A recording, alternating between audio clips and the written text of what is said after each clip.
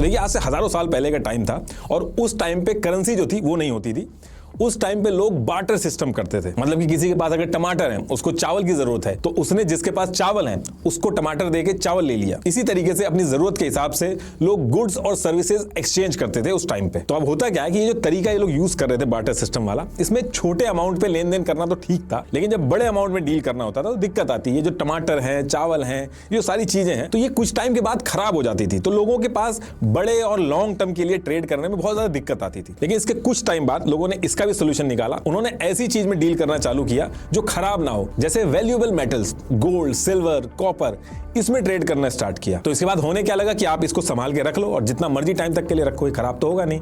तो लोग इसको संभाल के रखते थे और अपनी जरूरत के हिसाब से जिस चीज की जरूरत होती थी इसको दे के उसकी जगह वो चीज ले लेते थे। और इसमें लीडिया ने क्या किया कि इसने गोल्ड, सिल्वर, इन सब के कॉइन्स बना दिए ताकि लोग आसानी से ट्रेड कर सके। तो ये जो स्टेप लिया लीडिया ने, इसके बाद सोने, चांदी, इनके जो सिक्के होते थे ये चलन में आने लगे। अब यहां तक तो ठीक था, लेकिन इसमें भी कुछ दिक्कतें थी। जैसे जब लोग ट्रैवल करते थे और लॉन्ग रूट पे ट्रैवल करते थे और बहुत बड़ा ट्रेड करना होता था, तो ये जो गोल्ड, सिल्वर है ये काफी भारी होते थे। इनको मैनेज करना, रास्ते में चोरी से बचा के रखना और अच्छे से ट्रांसपोर्ट करना, इसमें दिक्कत आती थी। तो टाइम के साथ साथ ये जो दिक्कत थी इसका भी लोगों ने सोल्यूशन निकालना चालू किया। मान लो किसी को दिल्ली से मुंबई जाना है गोल्ड लेके, तो दिल्ली के अंदर कोई व्यापारी है, उसको ढूंढ लेते थे लोग और उससे कहते थे कि देखो हमें इतना सारा सोना लेके ट्रैवल नहीं करना है, आप ये हमारा गोल्ड जो है ये अपने पास रख लो। जब हम मुंबई पहुंच जाएंगे तो आप मुंबई में आपके जो जानने वाले व्यापारी हैं उसको बोल देना, वो हमें वहां पे पहुंचने पे सेम अमाउंट का गोल्ड वहां पे दे देगा और आपका जो बनेगा वो आप ले लेना। तो ऐसे केस में क्या होता था कि दिल्ली के अंदर जो व्यापारी था वो सोना रख के एक पेपर पे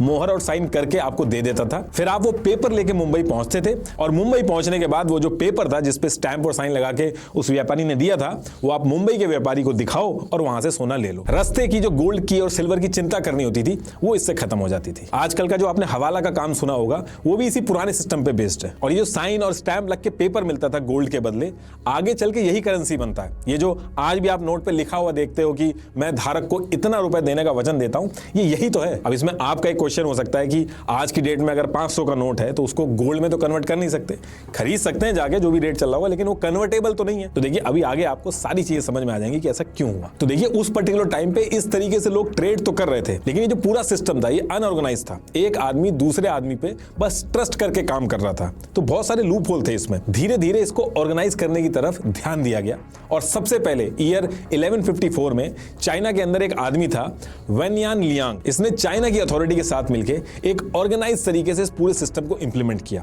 इसने क्या किया, इसने चाइना के अंदर इसी काम के लिए बैंक बना दिए। चाइना के अंदर लोग बैंक के अंदर जाते थे, अपना गोल्ड जमा करते थे और उसके बदले एक बैंक नोट ले आते थे। तो जब ये होने लगा तो जो लोग ट्रेड करते थे उनकी टेंशन दूर हो गई थी। उनको अब सोना ले लेके घूमने की जरूरत नहीं थी।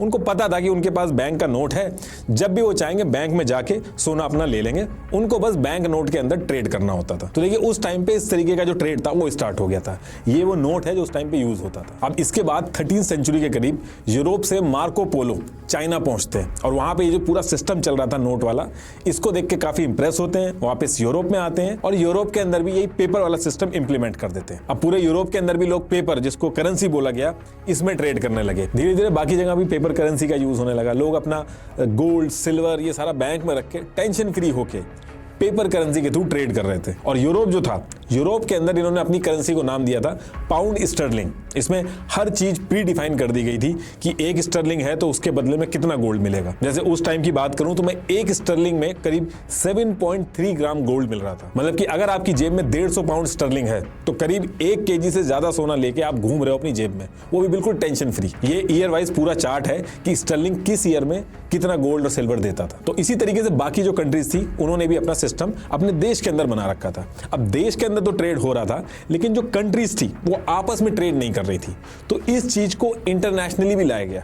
एक कंट्री जब दूसरी कंट्री से ट्रेड कर रही थी तो वहां पे भी इसी पेपर करेंसी का यूज किया गया। देश अपने अपने नोट और करेंसी लेके इंटरनेशनल लेवल पे ट्रेड करने लगे। जैसे चाइना वाले अपना युआन देके यूरोप से सामान मंगा लेते थे और यूरोप वाले अपना पाउंड स्टर्लिंग देके चाइना से सामान मंगा लेते थे और किसी भी देश को कोई टेंशन नहीं रहती थी, क्योंकि पेपर करेंसी में जो ये ट्रेड करते थे आपस में, एट द एंड इनको उसके बदले में गोल्ड मिल जाता था। और ये जो ट्रेड का पूरा सिस्टम बना, इस चीज से इतनी ज्यादा आसानी हुई कि पूरे वर्ल्ड का ट्रेड बहुत तेजी से बढ़ गया। तो बेसिकली सारा जो ट्रेड हो रहा था, नेशनल ट्रेड और इंटरनेशनल ट्रेड, वो हो गोल्ड में ही रहा था, लेकिन एक पीस ऑफ पेपर उसको रिफ्लेक्ट कर रहा था, जिसको करेंसी नाम दे दिया गया था। लेकिन कोई भी कंट्री हो उतनी ही करेंसी प्रिंट कर सकती थी जितना उसके पास गोल्ड था, जिसको द गोल्ड स्टैंडर्ड बोला गया। तो कहने का मतलब यह है कि अगर आपको अपनी कंट्री में ज्यादा चीजें बाहर से खरीद के लानी है तो आपके पास करेंसी होनी चाहिए, और करेंसी आप उतनी ही छाप सकते हो जितना आपके पास गोल्ड है। तो जिस कंट्री के पास ज्यादा गोल्ड, उस कंट्री के पास ज्यादा रिसोर्सेज। तो इसको अगर आप उल्टा भी करो तो जो कंट्री ज्यादा गुड्स एंड रिसोर्सेज प्रोड्यूस करेगी उसके पास ज्यादा करेंसी आएगी, मतलब कि ज्यादा गोल्ड होगा उस कंट्री के पास। अब इसके बाद 19वीं सेंचुरी के स्टार्टिंग में यूके जो था वो सबसे ज्यादा रिसोर्सेज प्रोड्यूस कर रहा था और दुनिया को अलग अलग चीजें बना बना के भेज रहा था।